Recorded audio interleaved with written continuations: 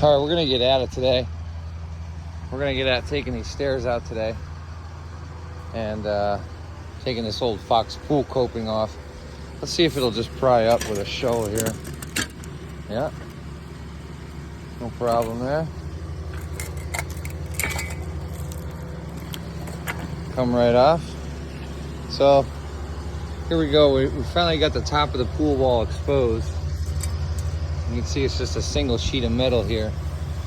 So we're gonna have to trim. We're gonna have to trim these so our angle iron sits right on top. But yeah, I'm just gonna go around and start taking some more of this coping off. So let's talk about what's going on. Real quick, today's Josh's birthday. So if you want to leave Josh a little happy birthday message, I do believe he would appreciate that. He did take the liner out all by himself and took the old coping off all by himself while I was hauling the rest of the material and spreading it out over the hillside here. Looks good. The light is definitely being replaced. And we got some rust on the walls, so we told the customer we would put a template on that. Sport pool. We're gonna end up, this was the low wall, so we're gonna end up putting another fixture over there so that the two low walls will be teed together 3 feet apart. The old wall, the old skimmer. So